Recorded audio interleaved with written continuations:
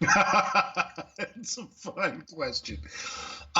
So I uh, was a theater major for a little while.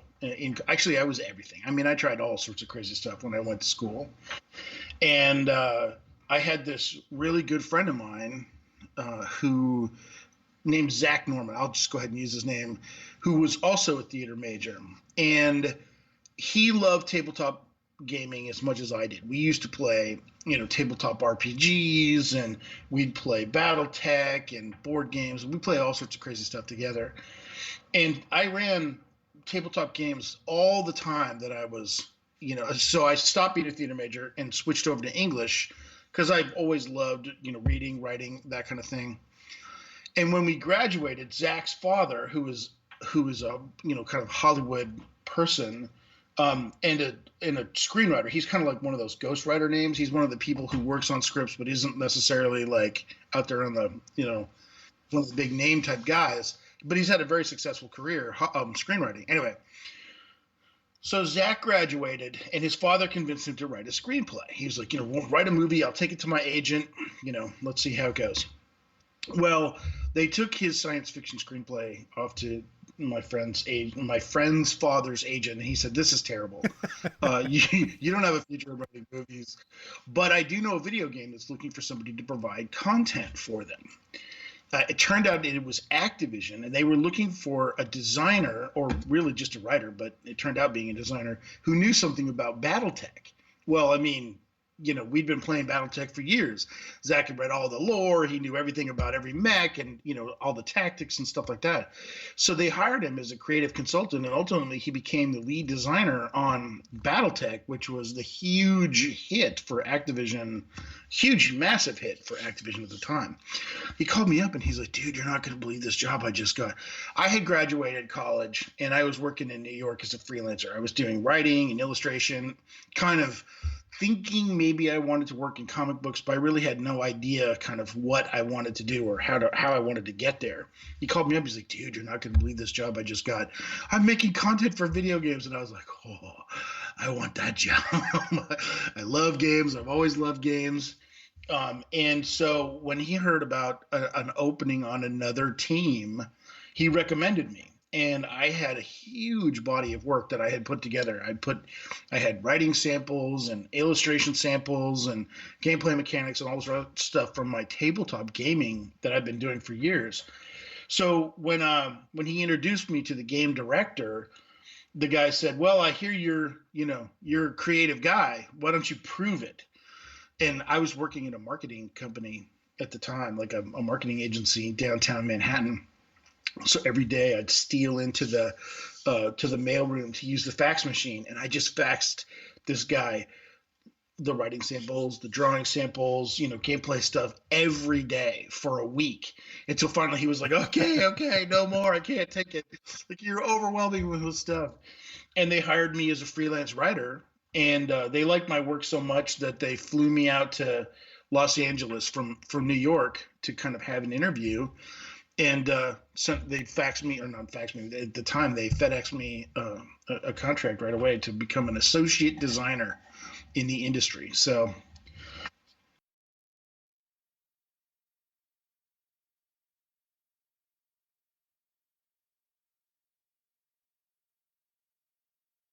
well, yeah, I mean, it was kind of a circuitous route to end up at Bungie. I was at Activision for a while, and I kind of worked at some projects, and then people had left Activision and ended up. One of my buddies had gone to Namco Home Tech actually, and he knew my work and he really liked it, so he convinced me to come and work with him at Namco, and then that's when I made Pac-Man World, and we made Pac-Man for the original PlayStation, and the senior brass at Namco Home Tech was originally started specifically to be the first uh, direct to console development effort that Namco was going to make. So they everything up to that point had been arcade games and stuff, and we were going to make their first home console game, and we made Pac-Man World, and they said, I honestly think we surprised them. I don't think that they were expecting it to be quite as good or as successful as it was. And the senior brass kind of came back from Japan and said, "Huh, okay, nice job. Well, yeah, keep making that." And to be honest, the interview process, my buddy from Activision, who kind of coaxed me over to Namco, he lured me onto the plane with the promises that it was an action game, action platform game, using one of Namco's biggest intellectual properties and a worldwide action star.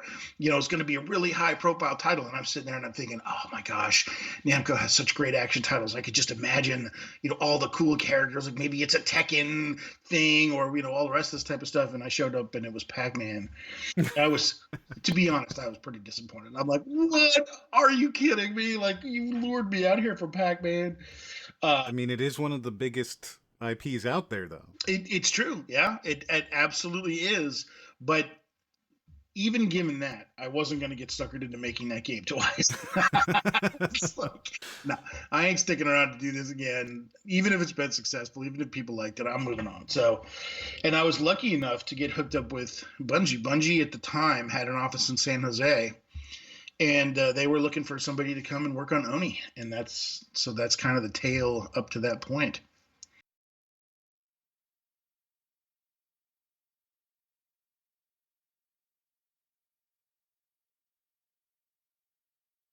Correct. Yes. Yes. Yes. That wasn't as influential to like my coming and joining the project as like I never really heard about Take-Two until later on. That really didn't influence kind of my day-to-day work until later on when Microsoft was buying Bungie whole cloth. They were kind of buying us, and that's when I sort of really became aware of Take-Two. But yes, my coming onto the project did more or less coincide with the Take-Two thing. I was brought on specifically because the Oni team had been kind of wandering in the wilderness. They were formed around a programmer that Alex Seropian and Jason Jones really respected at Apple, and they lured him away from a position at Apple with the promise that he could do whatever he wanted, and they would build a team around him. And this was Brent Pease. Yeah, Brent Pease. And so he had started to kind of build an engine and hired some other really talented people who were building a really slick animation system. But Brent really had no idea of how to build a video game. He had ideas about building something that was, kind of anime influenced, and he had ideas about how to build this technology, but he had no idea how to make a game.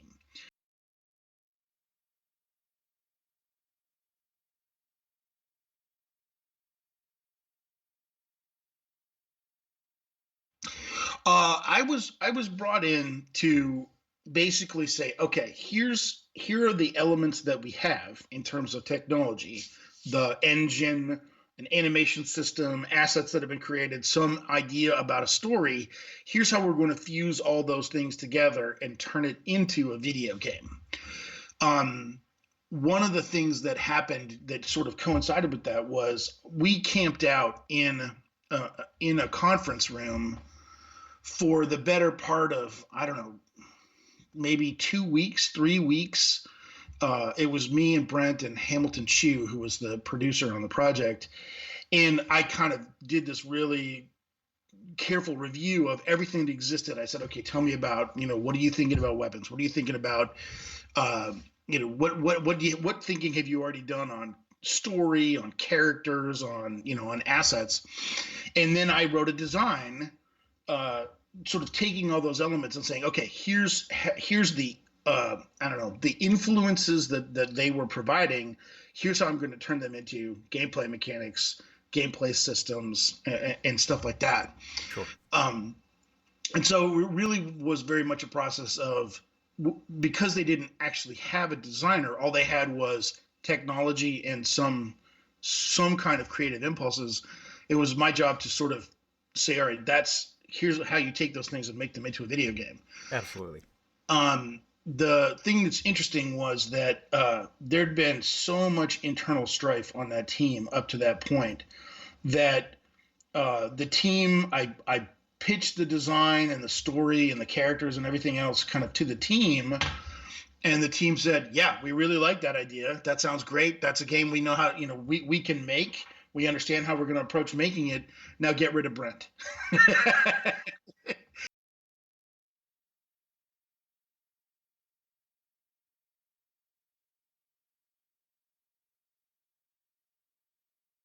Yeah, I mean, I that's the way I look at it. There was that's the way Brent explained it to me for sure, was that Michael Evans, there had been a lot of conflict on the technical side. There had been a lot of infighting between Brent and the other programmers that were on the project. And once they had a vision for a game that they could really wrap their heads around, and a clear roadmap that I had provided as to how we were going to make that game, at that point, they just saw Brent as really just an obstacle to them being able to move forward, and they just removed him.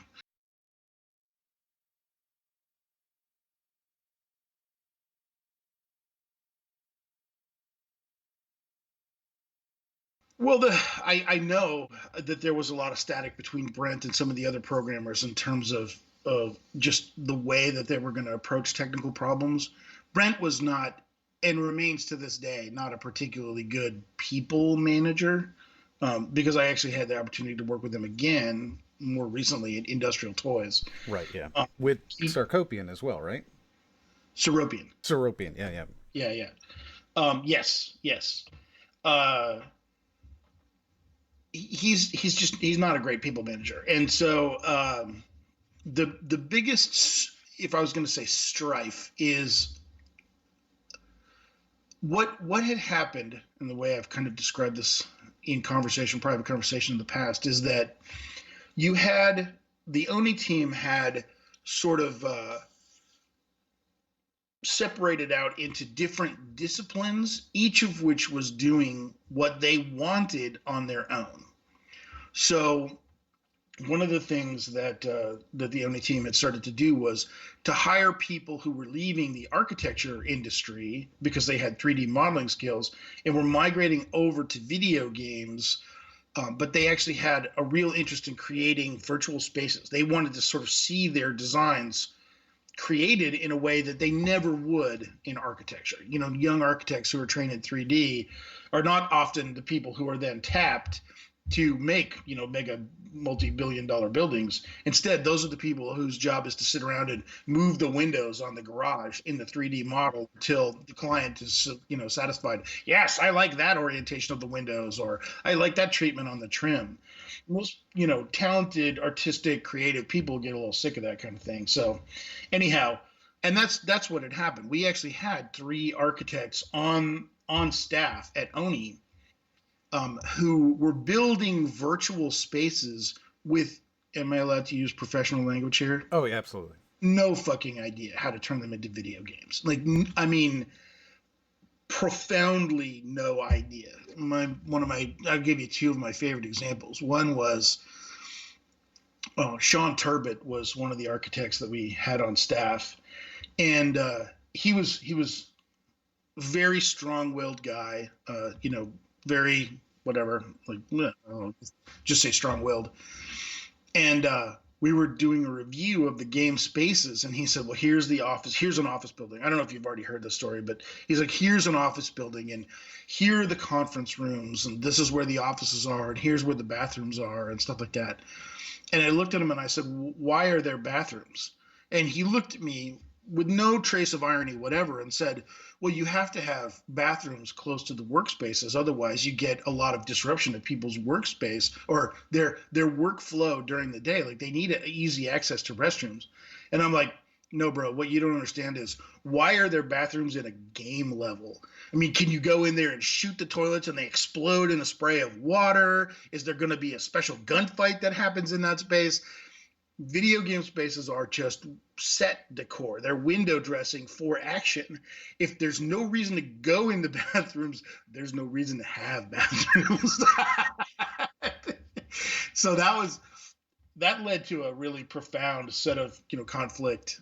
Needless to say, because at that point the architects, they wanted to make beautiful virtual spaces that were reflective of their, I don't know, their architectural sensibilities.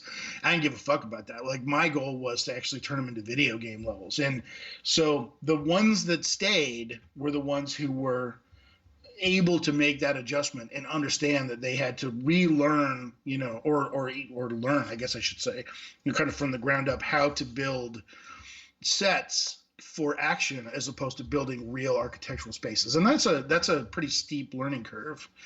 Um, one of my the other example that I promised you was, I was going through the architectural spaces and I was ripping them apart. I was basically saying, okay, I'm envisioning an action sequence that's gonna, you're gonna run through this building, this part of this building, through these rooms, and then you're gonna pass through this cool door that I found in another architectural model, and you're gonna run out onto a rooftop, and then you're gonna jump, over across this gap, blah blah blah, whatever. And the guy said, "Oh, well, we can't put that door in the same level as those rooms." And I said, "Why not?" And he says, "Oh, well, because Schmedley, the other architect, like he builds at a completely different scale than I do. I mean, they're all built to different architectural scales. If I took that door out of this model and transported it into the new model, I mean, it would be infinitesimal because he builds at micro scale and I build at macro scale." And I'm looking at him and I'm like, we're not building all of our assets at the same digital scale. Are you fucking kidding me? Like, holy crap. Okay, we're going to go back to the very, very beginning of game development where we set scale, we set character, and we set camera, and then it is universal and set for everybody all the time. Anyway, so yeah, it was a pretty steep ramp up curve there for them to kind of learn how to do that. And like I said, the ones who wanted to do the learning stuck around. The ones who resisted, they left, and that was that.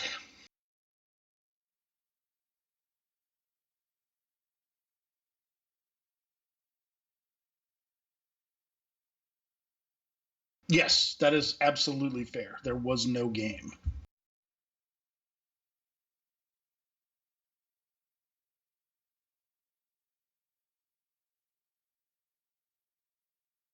Yeah, Bungie was always very masterful at creating content specifically for E3 presentation.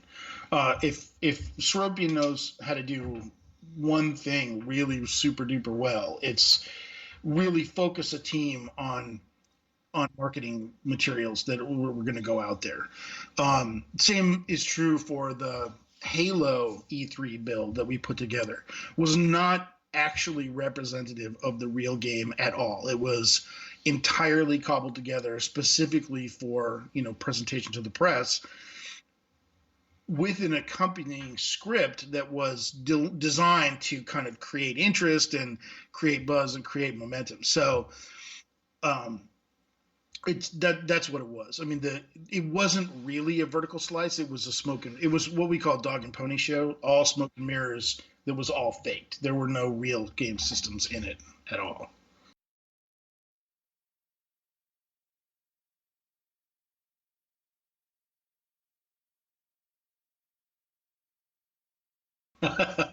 Well, yes. So I was brought in to make sure that a game got made. The make sure that it gets shipped thing really became the primary marching orders when, like, as you said, when Take Two, when Microsoft wanted to buy Bungie, and Take Two said, "Okay, fine. We will not block the sale of the company. You can buy. We'll let Microsoft buy it, but we get to keep all of the intellectual property, all the IP, except for Halo, which obviously that's what Microsoft was interested in at the time. And you Bungie have to ship Oni in time for us to hit our quarterly, our quarterly business sales."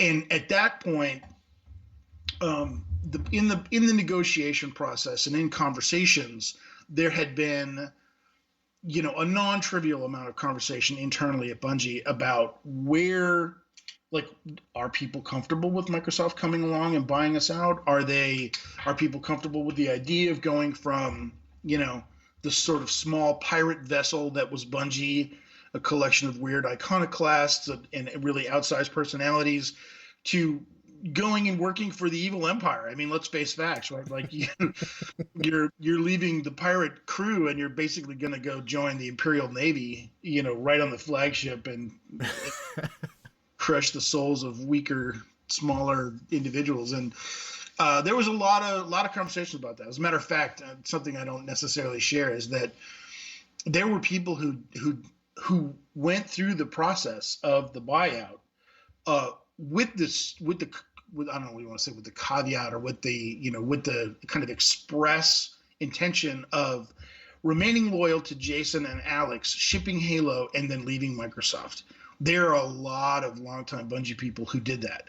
They shipped Halo and then said, "Fuck you, Microsoft, I'm out of here," and quit. I mean, and they were talented, key people in the in the small pirate ship of Bungie that just jumped ship at that point. So it was pretty real. Um, Also, yeah, I mean, there was a lot of conversation about the fact that Microsoft had previously bought what you could consider our sister company, which was FASA Interactive. Uh, there were an awful lot of, like, there was a kind of a lot of intermarriage between Bungie and FASA Interactive, because, like, husbands would work at Bungie and wives would work at FASA, or, you know, friends or cousins or neighbors or all the rest of that type of stuff, because it was another Chicago-based developer, a small developer, more or less indie developer. There was an awful lot of, there's a tight knit community between the two, and Microsoft had come and bought FASA and basically said, "Okay, listen up, you primitive screwheads. You know, we know you've made video games in the past, but now we're going to teach you how to do things the Microsoft way," which just pissed people off no end. I mean, it was horrific. Just the backlash, and I mean, honestly, that was a crippling blow to the FASA studios, in my humble opinion. I think, you know, the anyway. Uh, but suffice it to say that Bungie was acutely aware that that had happened in the relationship between the two, and Microsoft was very keen to try to allay our fears about getting bought out. I mean, we had Ed Freeze himself show up and basically spend 2 hours talking to the team about the fact that, look, we're gonna, you know, we're not gonna mess with you. You're gonna be able to come in. You're gonna do what you want. Nobody's gonna try to change your process. Nobody's gonna get up in your business. All the rest of that type of stuff. I mean, you know, he showed up himself to make sure that we were all kind of put at ease. So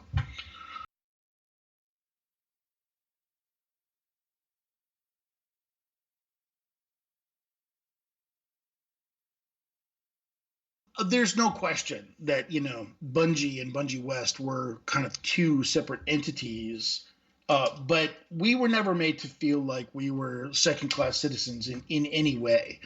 At least that's not how I felt. I mean, we felt isolated, you know, because we weren't with the rest of the Chicago crew, but we were constantly looped in on all of the important decisions. You know, we were constantly shipped builds of the internal stuff that was being developed over at the Bungie HQ. And Alex and Jason and Bungie really made a point of culturally including Bungie West in Bungie culture. And so twice a year, in summer and winter, we would have these, what was called the pentathlon. In the summer, it was outside games, like there was a big tug of war between all the different game teams, and then we'd have three-legged races and other goofball stuff. Like a proper company picnic. Yeah, exactly. And then in the wintertime, there was the digital pentathlon, where we would actually get together and we would play competitively, you know, team versus team. We would play Counter Strike, we would play Halo, we would play, World of Warcraft, or we would play. There was Myth at one point. There was even a marathon. A marathon. Yeah, a marathon tournament, and you know, everybody would meet for the pentathlon, and you know, we would all play and compete for the Bungie Cup. which was, supposedly it was this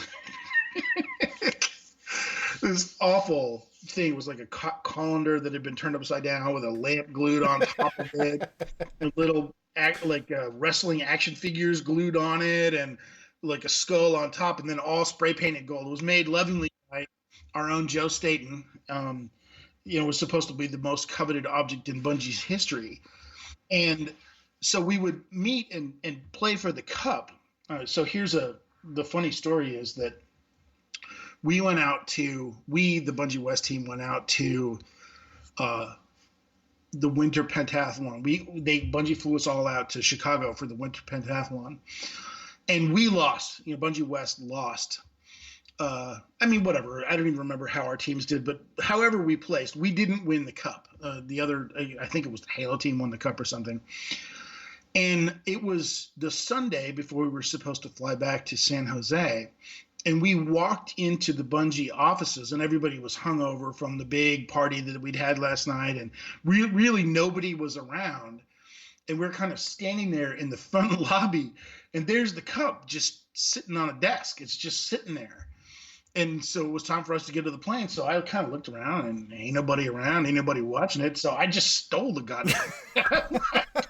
And my teammates are looking at me like, "What are you doing?" And I'm like, "I don't know. I guess we win." There you go. So we took it back to San Jose and put it on a webcam, and you could hear the howls of out all the way across. I mean, they were just like, "You guys are cheaters. Like, what are you doing?" Like, just so much rage that we had the cup. And we're like, "Hey, man, cup stays here. Like, too bad." So then it kind of became a fun thing. It was not just who wins the cup, but who keeps the cup.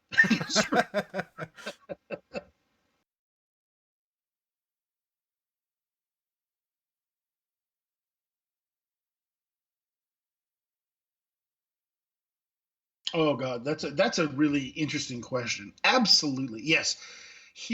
I'll tell you, one of my proudest achievements, I think I would ever say, is Bungie, is Oni, specifically because we shipped the final build over to, Bungie headquarters, and they spent the better part of a week beating on it and playing it and stuff like that.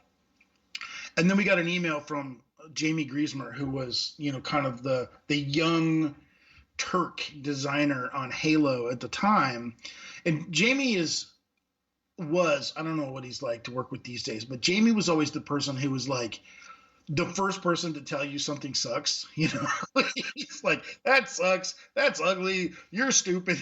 Like, and I don't mean that in a negative way. I just mean that he's a very honest guy, and he did not varnish his opinions with any kind of, "I'm going to soft sell this to you." And we got an email from him, and it has always meant a lot to me that he's like, "This is a good game. It's not how we would have made it. It's not what I thought it was going to be, but it's good." And I was like, "Oh my God, thanks, bro." Like, that's all I needed to hear. At that point, for Jamie Griesmer to say, "It's a good game. It's not how we would have made it, and it's not what I thought it was going to be, but it's good." Like, I'm like, okay, I don't really give a damn at that point what anybody else thinks. I agree. I agreed with his assessment that it was a good game, which I think it's in a lot of ways a terrific game. But yeah, they were pleased with it. Of course, there were a lot bigger plans for what the product was going to be when we were working on it, and certainly when it was pitched in the press and stuff like that. We wanted to make multiplayer. It was supposed to be this really visually beautiful game that was sort of whatever, graphically splendiferous and all the rest of this type of stuff. The fact of the matter is that for us to be able to make a very playable, kind of rich and deep experience that told a good story and had fun mechanics and stuff like that, a lot of that stuff had to fall off the table just for us to make something that was fun and playable and good.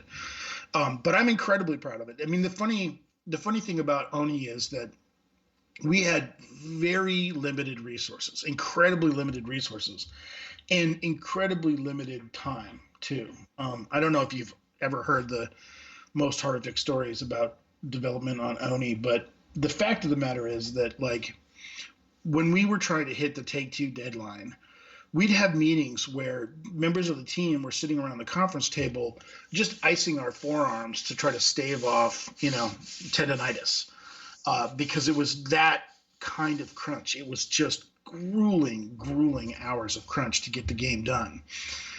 And my favorite story, to really put it in context, I hope you haven't heard this, but if you have, I apologize. Chris Butcher was he's a tech director, I think, at Bungie right now. He's big time, bigger than big. But at the time, he was a doctorate student of graphics at the University of New Zealand. And Alex Seropian convinced him to, and he had won the Myth World Cup as a player, and he was, the Butcher, he won the Myth World Cup.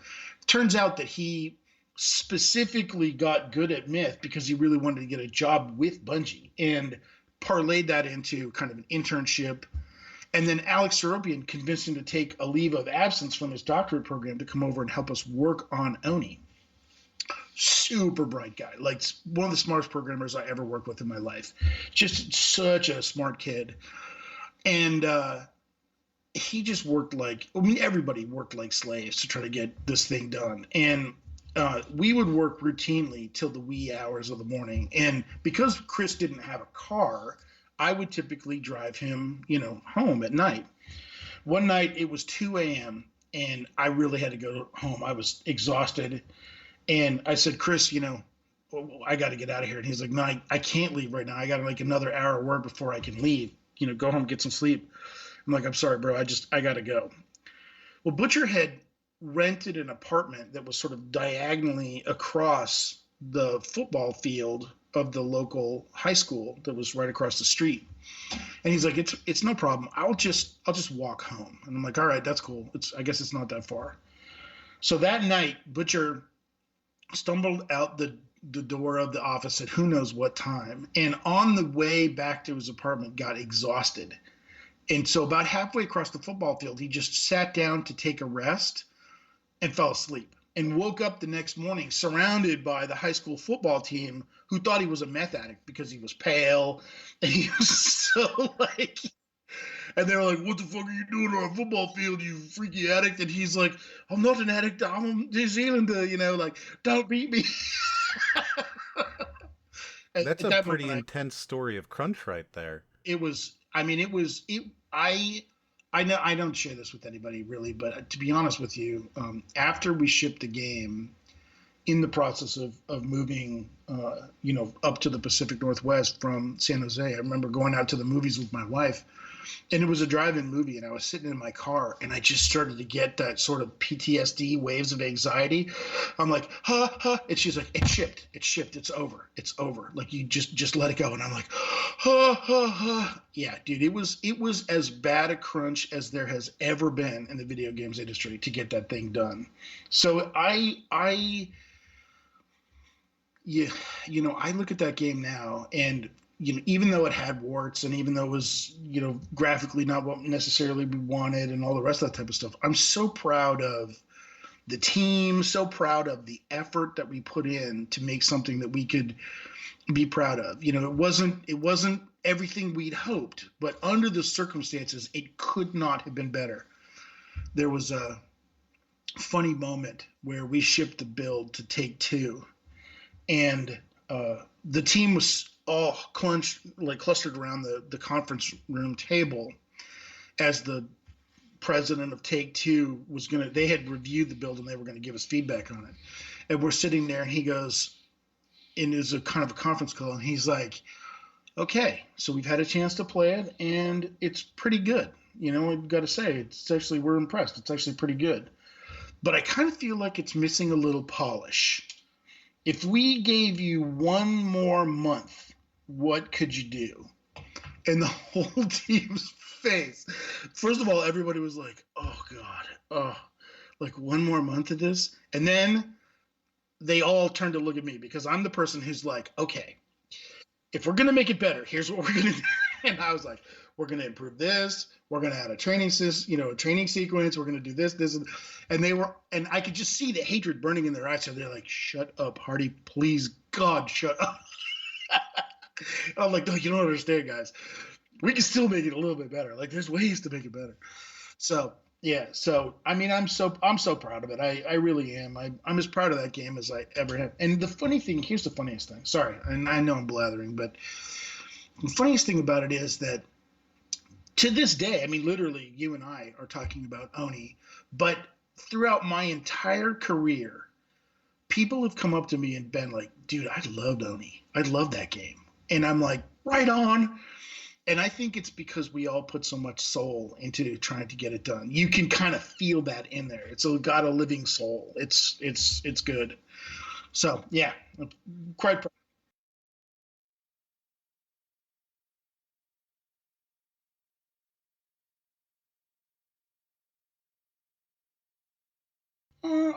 I don't think it sold particularly well. I honestly don't know. I really don't know.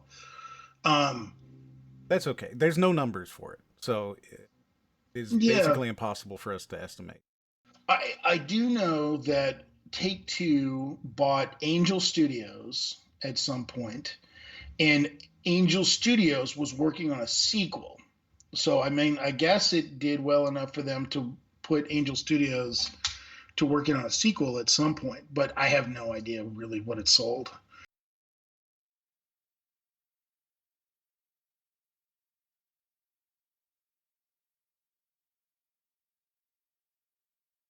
Sort of, yes. The first thing to realize is that the intention when Bungie got bought was that we were going to remain separate teams. The Myth 2 team that had then sort of rolled on to another product we were supposed to be three separate teams. There was supposed to be the remnants of the Myth 2 team was working on another thing, the Halo team, and then the Oni team, which was actually going to work on the kind of the spiritual sequel to Oni. But the fact of the matter is that after, I don't know, a couple of months, it became clear that for us, for Bungie to get Halo finished in time for Xbox launch, it was all hands on deck. Like we just all had to collapse down into the Halo team to get it finished.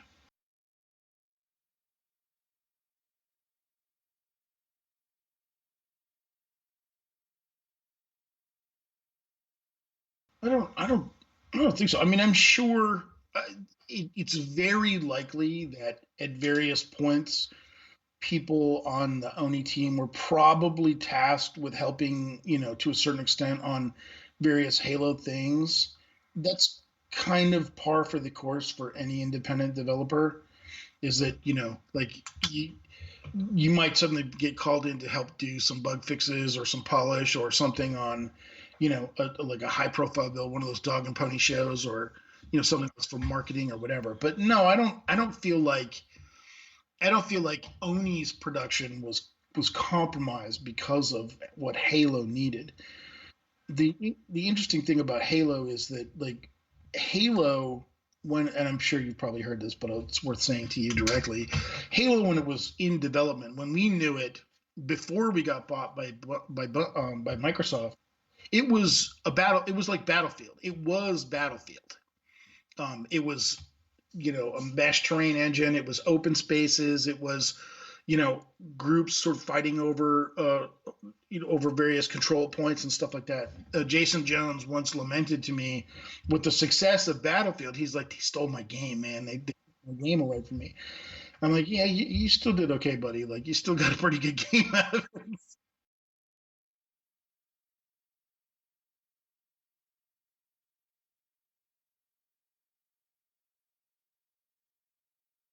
It may well have been. I think that was a side effect of just the fact that we needed to kind of do the targeting the way we were, the way that we were doing it is one of those kind of born out of necessity types of things. But I don't know if we were the first or not. But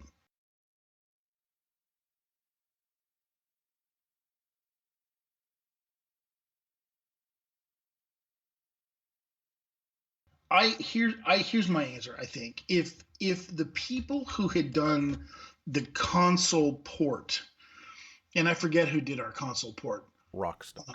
Rockstar, if they had done a better job of porting the game over to console, it would have been, there probably would have been, more of a splash. Their port was virtually unplayable. And that's what I tell people to this day is, for God's sake, if you're ever going to play Oni, do not play it on console. It fucking sucks on console. I mean, Rockstar ported it in the most brain dead way possible, considering the elegance of the keyboard and mouse controls that we came up with for fighting and shooting. They just did it in the shittiest way they possibly. I mean, they literally were just sort of like, well, let's just plug it in the most dumb way. It's horrible. And so on console, people are like Oni sucks. And that was one of the reasons why we wanted to get bought. Actually, why Bungie was interested in getting acquired by Microsoft was because we wanted to jump into console development with both feet in a kind of one-way transition. Like, here we go. We ain't making games for Mac no more, at least not exclusively. We're going to console. Here we go. And so I think that might be part of it. That there really wasn't that elegant adaptation of what was a really good control scheme on PC, on keyboard and mouse over to console. Plus, oh God, the fighting on console games. I know everybody likes to talk about the elegance of the quote unquote fighting in God of War and all this kind of stuff. God damn, I hate 3-button press combos. I mean, that is the most brain dead fighting ever create, and it makes me ill every time I see a game. They're like, check this out, watch Dante and Devil May Cry, and I'm like, let me guess, he's gonna press the button 3 times, he's gonna do 2 quick attacks and then some kind of strong attack. Ugh, wake me up when it's over. Right. I mean, and console developers know that they can get away with that shit. They just keep making the same thing and the public keeps buying the same crap. Oh, it drives me nuts. I don't play that kind of crap anymore because whatever. But oh, anyway, I don't know. It's a fine question. There are a lot of things about Oni that lived on in Halo. Like some of the stuff about you can only carry 2 guns is something that people often miss about the fact that, like, oh yeah, that got carried over to Halo. that was kind of a cool design constraint. That I don't know. There's a lot of the stuff that we did in Oni that lived on in the Halo franchise. The stuff about the AI and the voiceover barks and all the rest of that type of stuff. But yeah, the gameplay, it never really was adapted well to console. Maybe someday, who knows?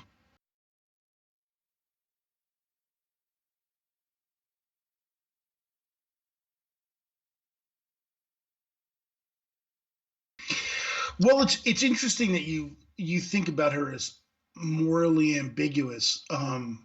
It's funny though. Absolutely, I intended her not to be a maiden in distress and to be, kind of much more of a dynamic character. And I absolutely, not just me, but Chris Hughes, who did the modeling on the characters, we deliberately set out to make the character not a hypersexualized example of femininity. As a matter of fact, just as a shout out to my boy Chris Hughes, he was the one who designed the original Cortana for Halo. And if you remember Cortana in the first Halo game, he modeled Cortana after Nefertiti, the immortal queen of Egypt, to not be a hypersexualized, like big tits, whatever curvaceous thing, but rather, I mean, she's a creature of the mind. And so he was like, I want something that is sort of classic and interesting and whatever. So yeah, we set out specifically to do that with Kanoko, to make her not hypersexualized. The funny thing about the story with Oni was that I don't know, when I'm thinking about game story, I really try to sublimate my own sensibilities to the needs of the tale. And most of the time with really great anime, it's dystopian. I mean, it's often very dystopian. You know, a lot of the most interesting animes are these really sort of apocalyptic dystopian tales, and that's what I was trying to do with the story in Ono in Oni and with Kanoko too, was to sort of be like, okay, well, she is a product of a world that is so poisoned and toxic that her father mistakenly created a way to reimagine mankind for a toxic world. Mm-hmm. And so she and she's, you know, kind of like the apex predator of this new world order that's coming along. And I don't know, like that fascinated me, that idea of kind of doing that to her. um Part of the complexity of her character also came out of the fact that, like, she was a product of interesting, uh like an interesting cross section of things. Like when I was writing Kanoko, I thought of her as younger, or at least more naive, you know, that she was fairly naive. Chris's model of her, you know, kind of probably put her somewhere between 18 and, you know, 22, 23, somewhere in that range. But then the voice actress that had already been hired to play the character was easily in her 30s, you know, and an older character. I think that confluence of creative elements also made a character that was more complex, you know, more just not quite the like squeaky voiced little maiden in the, you know, or whatever. I think that was an interesting thing. I love you saying that she's morally ambiguous. That's awesome. is, is she morally ambiguous, or is she just the apex predator for a new kind of mankind? It's a fine question.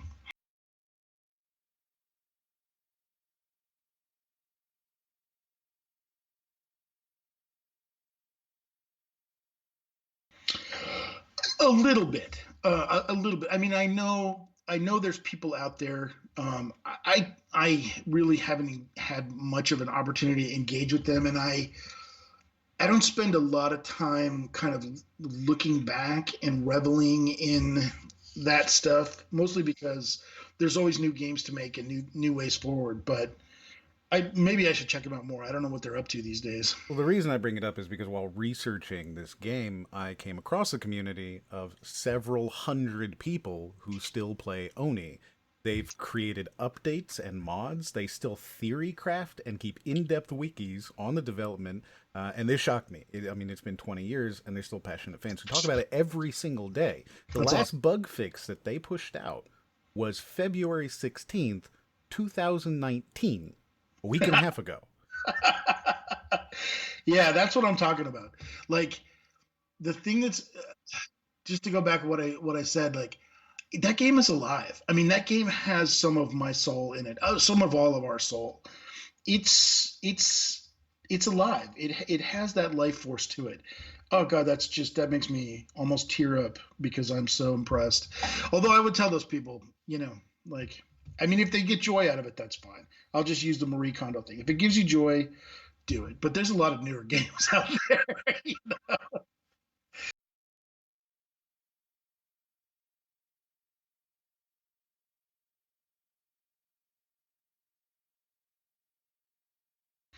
I mean, I guess the reason I don't characterize it as a mistake is just because it was a project that was imperiled. You know, it had cost Bungie a lot of money because they were, like you said, it was, you know, years in development and nothing had come of it. And then we managed to turn it into something and ship a game that we could be proud of. Um, it it was a product very much of a, you know, a kind of a troubled development cycle that we kind of pulled out. So I I should be clear, that isn't my intention on how I'm going doing this. no, I realize that. No, I no, I'm not trying to argue with you. It's just it's funny because when I think about it, I'm like, well, it could have been canceled or it could have sucked. Those would have been mistakes. But instead, it, you know, everybody really rallied to a kind of heroic level to make something that was still alive and that people still enjoy and was good. And so it's not the mega hit uh, that that a lot of other Bungie products have been, but I don't think of it as a failure. You know what I mean? And again, I'm not quibbling. I mean, people can label it however they want to. I stand behind the fact that they're still on that wiki right now talking about the game. Like Every day, every right single on day. the fuck games out there. Like I mean, it's I don't know. All throughout my career, I have encountered people who just say, "God, I really love that game, and it was so cool." And I don't know, just it really means a lot to me that that's still out there.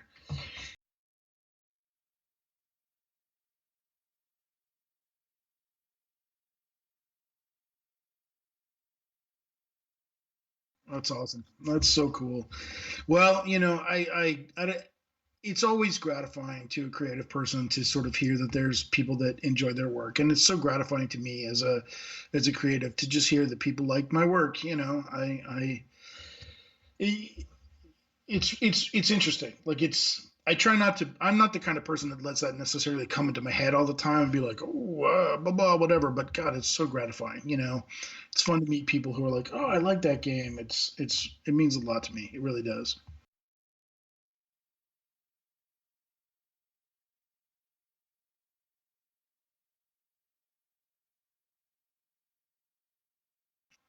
Interesting.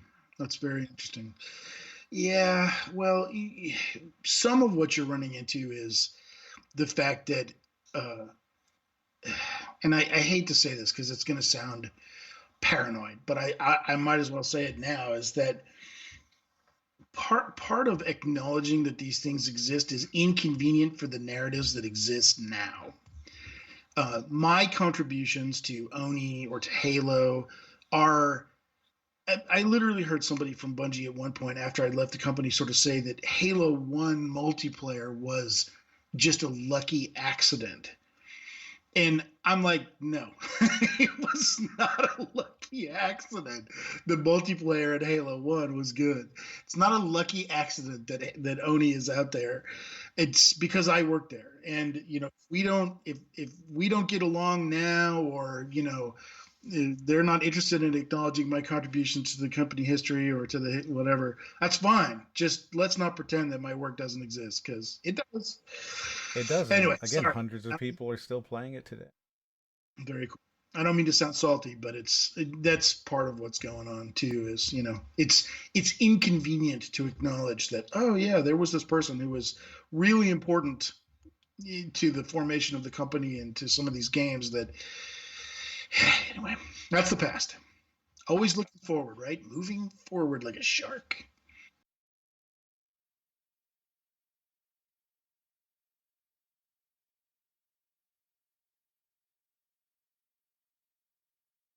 Hi, my name is Hardy LeBel. I was the lead designer on Oni, and I'm a longtime creative designer and director in the video games industry.